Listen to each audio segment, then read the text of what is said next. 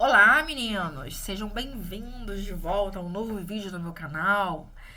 Então, já deixa o seu like, que esse vídeo hoje está bem bacana, um conteúdo legal. Também vale 200 pontos na redação do Enem, né? E aí, vocês já podem dar o like, que é um vídeo bem legal. Hoje eu falo um pouco sobre o manual de correção, que os corretores têm acesso, né? Na hora do curso de formação, para poderem corrigir as redações de vocês do Enem. E a gente vai falar um pouco sobre o que eles esperam, né, do aluno nessa competência 4, que é a coesão. Então, vem comigo que eu te explico. Deixa eu me apresentar primeiro, né? Meu nome é Viviane Maia. Eu tenho um canal no YouTube, então quem ainda não me segue, dá uma olhadinha lá, já tem muitos materiais legais para vocês poderem já começar a estudar para a prova, né, para redação, para tirar o tão sonhado 1000 na redação. O canal é prof.vivianemaia. E a conta no Instagram é @prof.vivianemaia. Também já deixei alguns vídeos gravados. E aí vocês podem acessar esses conteúdos que vão ajudar com certeza vocês a se sentirem mais seguros na hora de fazer a redação, ok? Então a gente vai falar hoje sobre a questão da coesão, né? O que é a coesão? A gente estuda isso desde muito novinho, quando a gente estuda narrativa, quando a professora pede, não usa o João, usa ele, usa o amiguinho, né, para evitar a repetição da palavra João na narrativa. E a gente usa esses elementos ao longo do texto. Todo texto precisa ter a coesão textual para que ele possa ser um texto funcional, né, que seja um texto que facilite a compreensão das ideias apresentadas e principalmente um texto dissertativo argumentativo, né? Um texto dissertativo argumentativo, ele depende da coesão textual para que você possa abordar a temática, né? Possa fazer a manutenção temática, que você possa transformar frases em períodos, períodos em parágrafos, parágrafos no texto. Tá? Então, eu peguei uma definição que eu achei bem legal sobre coesão textual. Então, a coesão textual é o quê? Então, existem mecanismos linguísticos que permitem uma conexão lógico-semântica entre as partes de um texto. A ligação e harmonia que possibilitam a amarração de ideias dentro de um texto é feita com o uso de conjunções, preposições, advérbios, locuções adverbiais, etc. A coesão textual assegura a ligação entre palavras e frases, interligando as diferentes partes de um texto. Então, o que eu vou fazer? Eu vou ligar palavras e frases, vou transformar as frases em orações, as orações vão ser encadeadas, vão se relacionar e vão se transformar em períodos. Esses períodos vão se transformar em períodos compostos, por subordinação ou por coordenação. Esses períodos todos vão se relacionar, se ligar e vão virar parágrafos, e os parágrafos estabelecerão relações entre si e se transformarão num texto como um todo, tá? Aí ele coloca pra gente que a coesão é essencial para garantir que o texto seja harmonioso, que transmita a mensagem com clareza e que faça sentido para o leitor. Para isso é necessário empregar elementos de coesão, utilizando conjunções, pronomes, advérbios, entre outras expressões que têm como objetivo estabelecer a interligação entre os segmentos de um texto. Então, o que o Enem quer de vocês? Vamos passar lá para o Enem, né? O que o Enem quer quando ele observa a coesão textual do aluno? Né? O que o aluno precisa ter para tirar os 200 pontos nessa competência? Então, existem aí 3 aspectos que o Enem observa. O primeiro é o uso diversificado dos conectivos. Eu coloquei aqui para vocês, mas é só um exemplo, tá? Mas, porém, contudo, entretanto, todavia. Esses elementos, eles indicam o quê? A diversidade, né? Então, o mais, ele vai introduzir uma oração adversativa, né? E aí, essa oração adversativa, ela tá coordenada com a oração anterior. Gente, quem não lembra esses conceitos de parágrafo, frase, oração, período, dá uma estudada, eu vou deixar no link desse vídeo um link para vocês poderem ter acesso a esses conteúdos também. Então, retoma lá esses conceitos e depois retorna ao nosso vídeo, porque aí vai ficar mais fácil entender o que eu tô falando, tá? Então, por exemplo, se eu quero marcar a diversidade no primeiro parágrafo, a adversativa é muito usada pelos alunos do Enem. É muito recorrente marcar a diversidade nas redações, principalmente as redações nota 1000. Então, por exemplo, eu quero marcar a diversidade no primeiro parágrafo. Eu vou lá e uso mais, certo? Aí eu chego ao segundo parágrafo, terceiro parágrafo, e quero marcar de novo a diversidade.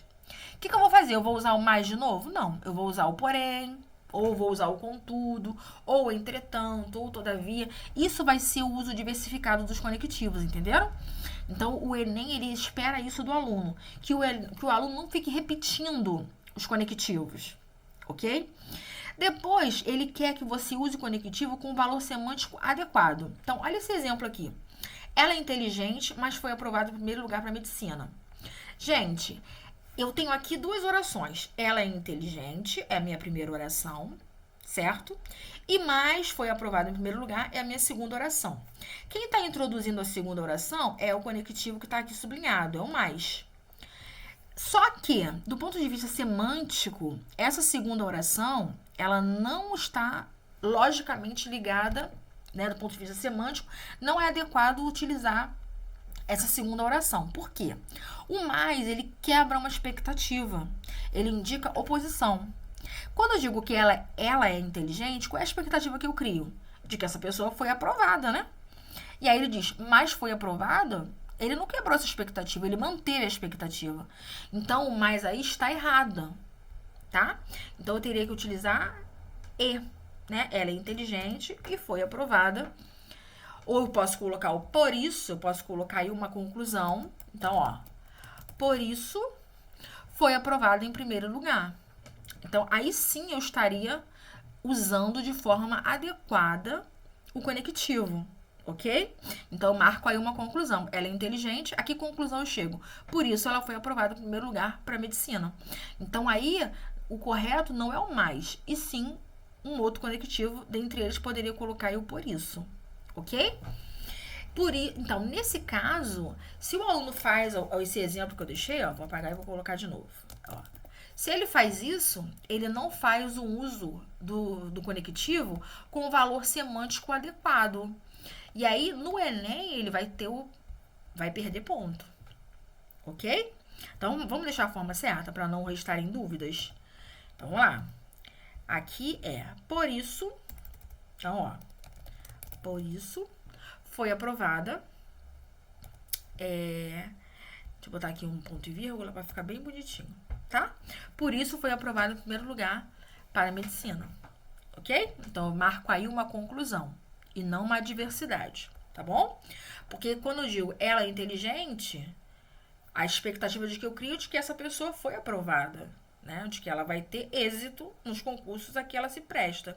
E aí, quando eu digo mais, eu tô aí usando de uma forma inadequada esse conectivo, tá bom?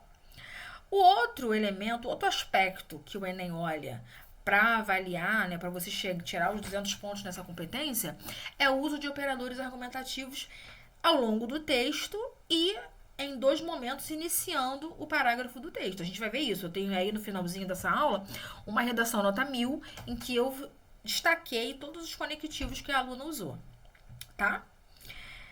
E aí, para eu tirar a nota máxima, né, para eu chegar ao nível 5, que é no nível em que o aluno tira 200 pontos nessa competência, eu necessariamente preciso iniciar 2 parágrafos do meu texto com um operador argumentativo. A gente vai ver também o que são operadores argumentativos, tá? Então, existem aí 2 tipos de coesão. Eu tenho a coesão referencial e a coesão sequencial. A coesão referencial, o nome já diz, é fazer referência. Então, existem palavras que servem para fazer referência a outras palavras dentro do texto. E aí, criar uma relação lógico e semântica entre as frases, entre os períodos e entre os parágrafos. Então, eu vou ter aqui, ó, olha o exemplo que eu dei. Eu posso fazer essa coesão referencial através de formas gramaticais ou de formas lexicais. As formas gramaticais são aquele grupo fixo de palavras. Então, preposições são formas gramaticais. Pronomes são formas gramaticais. Advérbios são formas gramaticais. São grupos fechados de palavras. E as formas lexicais são aquelas que você busca no léxico. Então, é um grupo aberto de palavras. Então, olha lá como é que eu faço uma coesão referencial através de uma forma gramatical. Aqui eu utilizei um pronome pessoal do caso reto. Então, ó, João é legal, primeira oração. Na segunda oração, eu vou usar uma forma que faz referência a João, que é um elemento da primeira oração. Então, ele é meu amigo. O ele aí é uma forma de coesão referencial. Está se referindo a quem? A João. Então, eu estou estabelecendo uma ligação entre essas duas orações. E esse elo entre essas duas orações é o quê? É o pronome ele. Ok? Então, eu fiz aí uma coesão referencial através de uma forma gramatical. No meu caso aí, um pronome pessoal do caso reto. Tá bom? Eu também posso fazer uma coesão referencial, ou seja, usar uma forma se referindo a outra, remetendo a uma outra forma na oração anterior ou no período anterior, através de uma forma lexical. E aí eu vou buscar no léxico. É um grupo aberto de palavras. Então aí continuo fazendo referência a João. João é legal, o sacana vive querendo tirar sarro de mim. Então o sacana aí, ele retoma que palavra da primeira oração? João. Ok? Então ele faz referência a João. Ele atualiza o referente. Ok? E aí eu fiz uma coesão referencial através de uma forma lexical. Vamos agora ao que interessa pra gente também no Enem, que é a coesão sequencial, é dar sequência, é você fazer um encadeamento do seu texto por conexão. E essa conexão, ela se dá através de quem? Através de operadores argumentativos. Na coesão sequencial, é quando eu estabeleço uma ligação entre uma oração e outra, formando um período, tá? Entre um período e outro, entre um parágrafo e outro. E que elemento vai fazer essa relação? Os operadores argumentativos, tá? Cabe lembrar que um texto argumentativo, ele precisa ter operadores argumentativos, obviamente, né? É como a gente quando estuda lá o tipo textual narração. O que caracteriza um tipo textual narração? É a recorrência de verbos conjugados no pretérito. Por quê? Para eu narrar, para eu contar uma história, eu preciso ter uma sequência de ações conjugadas em que tempo verbal? No passado. Então, por isso que eu tenho uma recorrência. Então, em vários momentos do meu texto, aparecem verbos conjugados no pretérito, tanto perfeito quanto imperfeito e o mais que perfeito também. A mesma lógica é dos operadores argumentativos. O que vai caracterizar um texto como sendo argumentativo? A presença de operadores argumentativos, a recorrência, tá? Então, quanto mais operadores argumentativos seu texto tiver, mais argumentativo ele será, ok? Agora, é importante lembrar que essas palavras elas precisam estar a serviço de fato da sua argumentação. Não é só pipocar, enfeitar o texto com operadores argumentativos, mas sem que esses operadores estejam a serviço da argumentação, da construção da sua argumentação, da defesa do seu ponto de vista. Entenderam?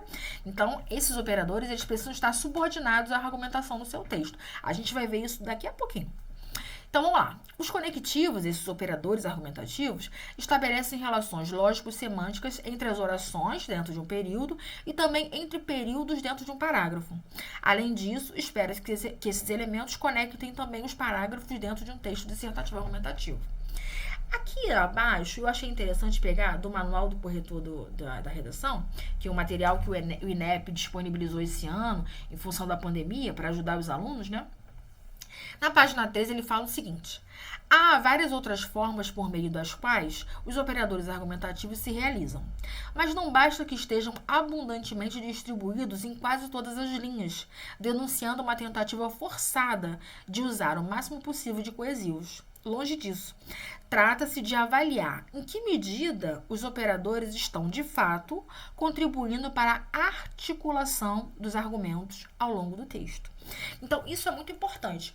De que forma esses operadores articulam os argumentos? E a gente vai ver isso numa redação nota 1000 daqui a pouquinho. Deixa eu apresentar a vocês agora esses operadores argumentativos. Então, o primeiro que eu tenho aí, deixa eu aumentar aqui a letra, porque às vezes fica ruim na hora da gravação, para vocês fica embaçado, né? Então, ó, vamos lá. Operadores que somam argumentos a favor da mesma conclusão. Então, isso é muito comum. Então, eu tenho o também, o ainda, nem, não só, mas também, tanto como, além de, além disso, certo? Então, é muito comum que o aluno some argumentos, porque na hora da redação eu preciso desenvolver 2 argumentos, no mínimo, para a defesa da minha tese. Então, é muito comum que eu tenha que somar esses argumentos e que esses 2 argumentos estejam a favor de uma mesma conclusão. Então, esse operador argumentativo, ele é esperado em um texto argumentativo. E a gente vai ver isso na redação daqui a pouco. Operadores que indicam um argumento mais forte em uma escala a favor de uma mesma conclusão. Então, também é comum que eu tenha 2 argumentos Um pode ser mais forte que o outro, e aí eu vou usar esses elementos. Então, eu tenho inclusive, até mesmo, nem mesmo. Esses operadores argumentativos eu tirei lá do manual dos corretores do Enem, tá? Operadores que deixam subentendida a existência de uma escala com outros argumentos mais fortes. Então, se existe ao menos, é porque existem outros elementos, né? Se existe no mínimo, é porque existe o máximo. Então, fica aí subentendida a existência de argumentos mais fortes, tá? Operadores que contrapõem argumentos orientados para conclusões contrárias. Então, também é muito comum que o aluno faça isso ao longo do texto, né, na redação, que são os operadores lá das orações adversativas e das concessivas, que eu tenho embora, ainda que, posto que, apesar de. Então, também é muito comum, né? Então, o governo deveria investir em educação, mas não é isso que se observa na realidade atual.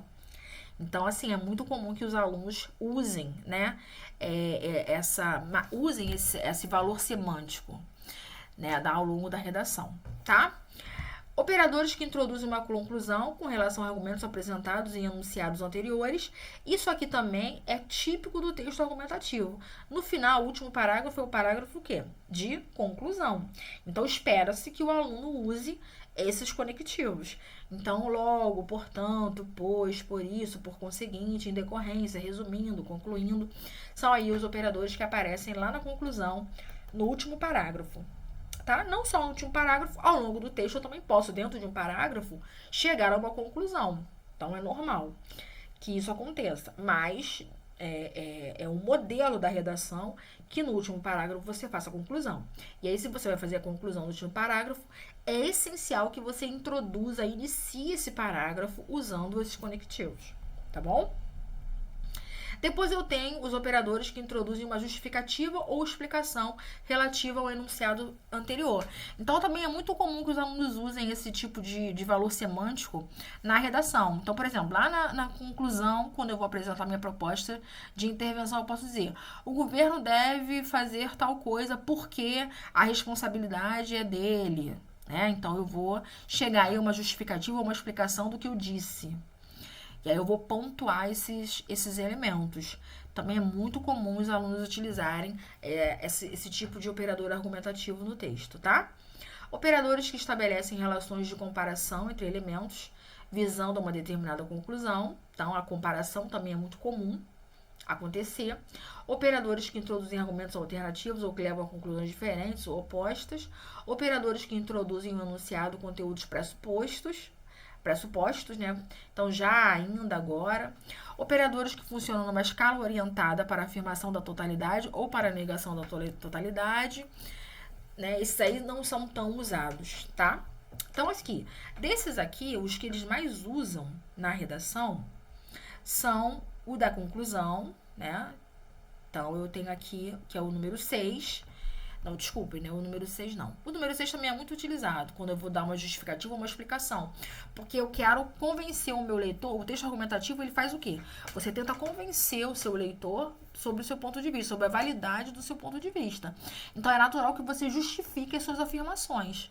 E aí, você precisa realmente usar esse operador argumentativo. Então, é normal que apareça. O número 5 também, né? Operadores que introduzem uma conclusão em relação ao argumento apresentado em enunciados anteriores. Também é muito recorrente esse uso.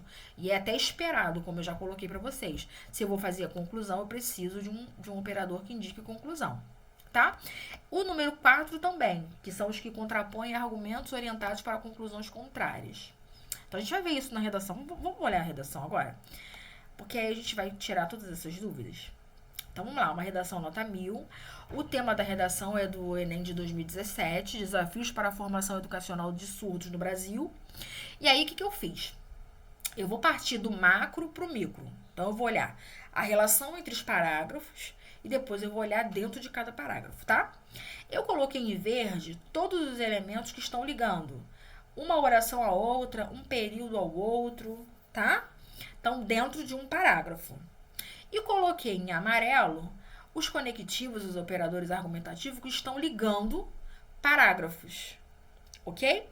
Então, vou explicar primeiro essa ligação interparagráfica entre um parágrafo e outro.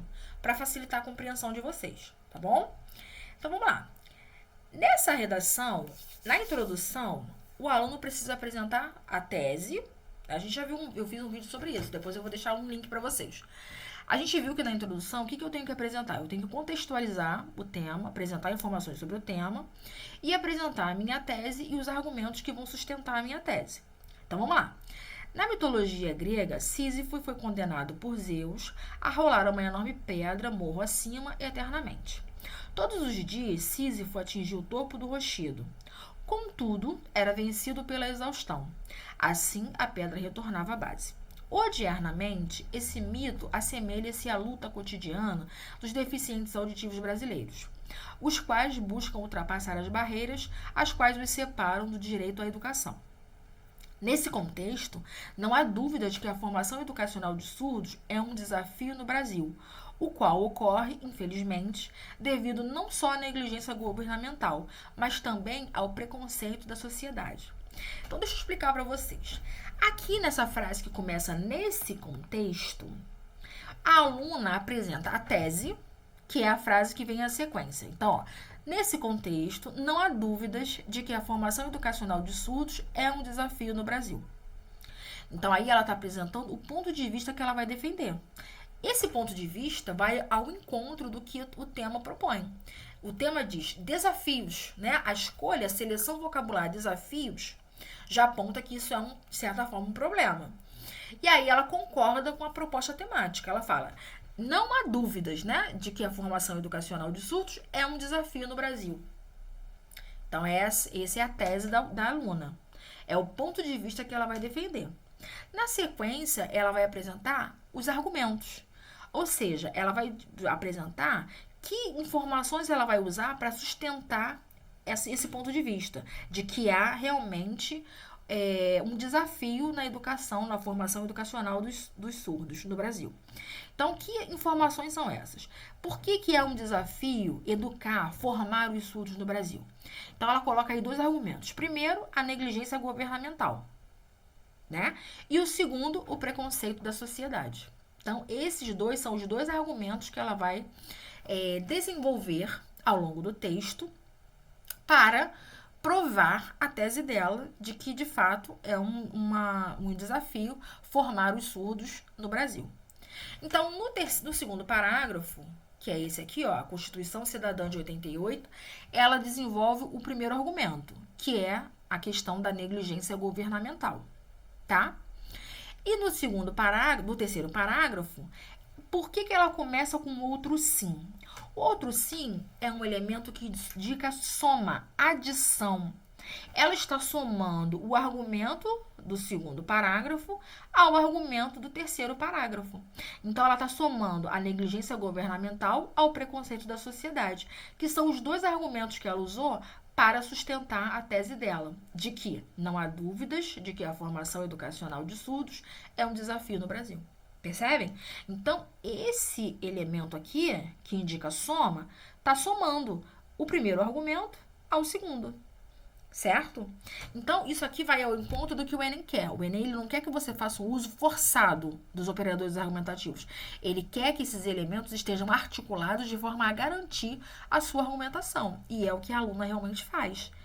Então, a gente tem aí a questão de que ela usou um conectivo de forma adequada, com valor semântico adequado, e esse conectivo está a serviço da argumentação dela, a serviço da defesa do ponto de vista que ela defendeu aí no primeiro parágrafo. Percebem? Então, e aí o que esse elemento está fazendo? Ele está iniciando o terceiro parágrafo.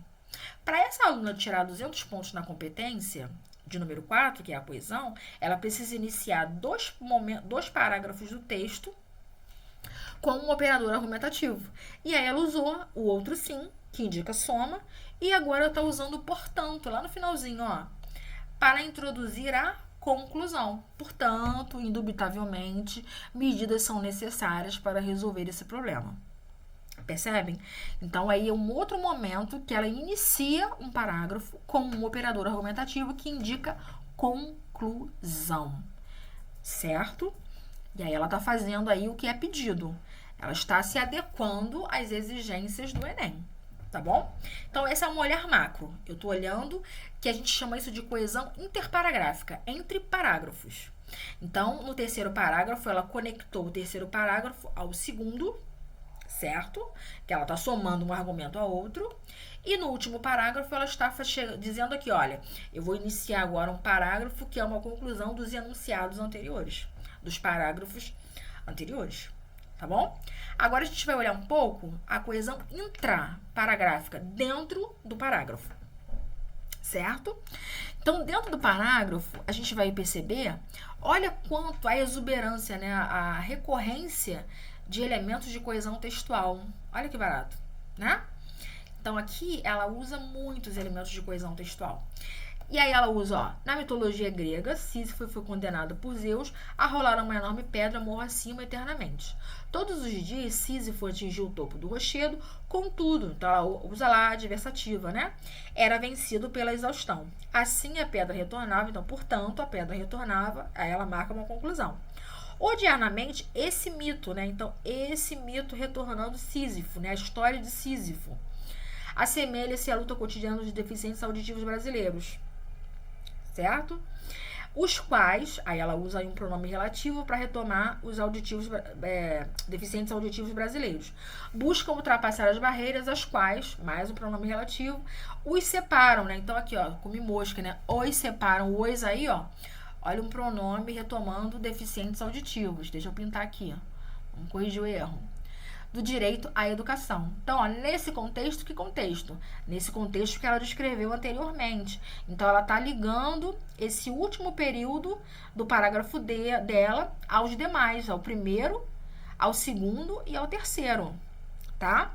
Não há dúvida de que a formação educacional de surdos retoma o quê? Deficientes auditivos. É um desafio a nossa coesão referencial através de uma forma lexical. É um desafio no Brasil, o qual ocorre, infelizmente, devido não só, mas também aditiva, né? A ideia de soma, uma coisa somada a outra. Então, aí ela está somando dois argumentos. Não só a negligência governamental, mas também ao preconceito da sociedade. Então, ela soma aí dois argumentos. Olha a exuberância, a protuberância de elementos de coesão textual, né? Então, é isso que faz com que o texto dela seja um texto argumentativo, tá? É a recorrência desses elementos que são os operadores argumentativos para a gente poder verificar. Então, vamos lá. No segundo parágrafo, vamos observar aí quais são os conectivos que ela usou, né? A Constituição Cidadã de 88 garante educação inclusiva de qualidade aos deficientes. Todavia, o Poder Executivo não efetiva esse direito. Olha o todavia de novo, ó, ela coloca lá. O que o Enem quer? Ele quer um uso diversificado dos conectivos. Aqui ela marca o que é o conceito de adversidade, a oposição de ideias. Em cima, no primeiro parágrafo, ela usou contudo. Aqui embaixo, no segundo parágrafo, ela utilizou o quê? Todavia. Ok? Em cima, ela usou assim. Aqui ela já usou logo, ó. Consoante Aristóteles, no livro Ética de Nicômaco, a política serve para garantir a felicidade dos cidadãos. Logo, então, ó, ela marca a conclusão. No primeiro parágrafo, ela utilizou assim. No segundo parágrafo, ela utilizou logo. Olha a diversidade de conectivos.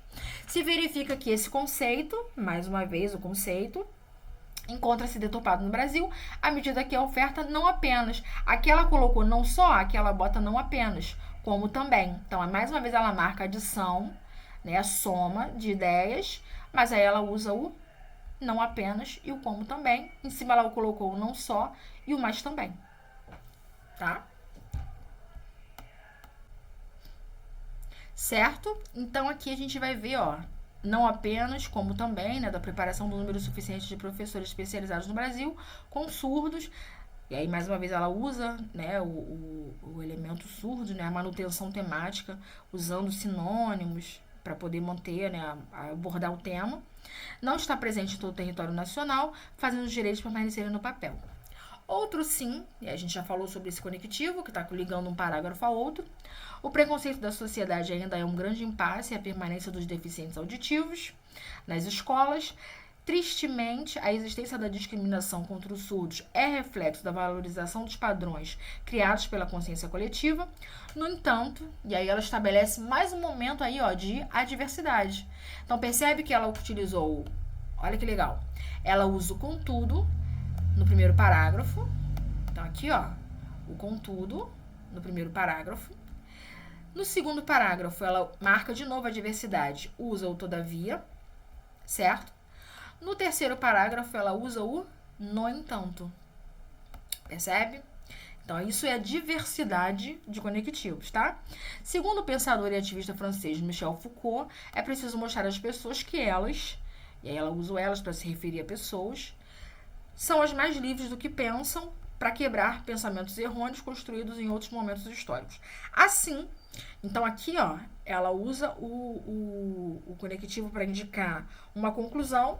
Ah, Viviane, mas ela já usa assim lá no primeiro parágrafo. Mas olha a distância do primeiro parágrafo para o terceiro, né? Bem longe.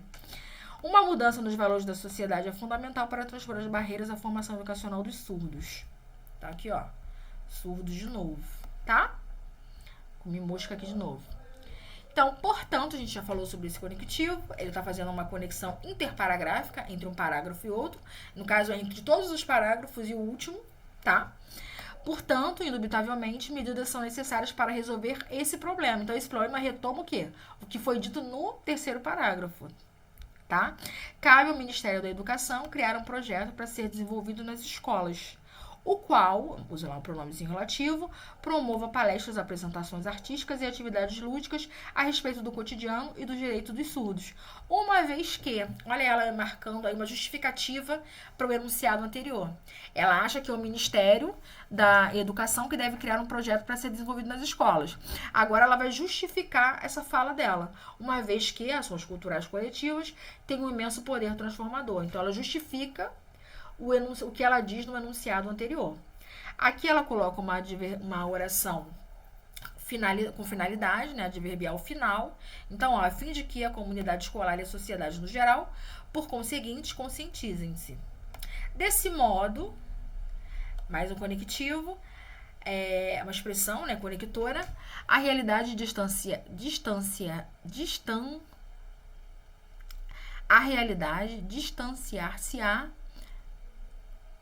do mito grego e os sísifos brasileiros vencerão o desafio de Zeus, tá? E a gente vê que esses elementos, eles são elementos que servem para criar mesmo a conexão entre partes do texto, entre parágrafos, entre frases, entre orações, entre períodos. E aí isso é importante, a gente percebe que ela fez aí uso diversificado, né, dos conectivos. Ela usou os conectivos com valor semântico adequado, iniciou 2 parágrafos do texto com os operadores argumentativos, né, que a gente já viu, e aí por isso essa nota 1000 na redação, né, porque ela está de acordo com tudo aquilo que o Enem considera ser bom, né, tudo aquilo que o Enem avalia como sendo positivo para a produção de uma coesão eficiente no texto. Tá bom? Então, se você ainda não deu like, dá o like no canal, me segue, que aí eu vou trazer a vocês novos conteúdos, coisas bem legais para que vocês se sintam mais seguros na hora da produção do estudo, tá bom? Um beijo, até o próximo vídeo.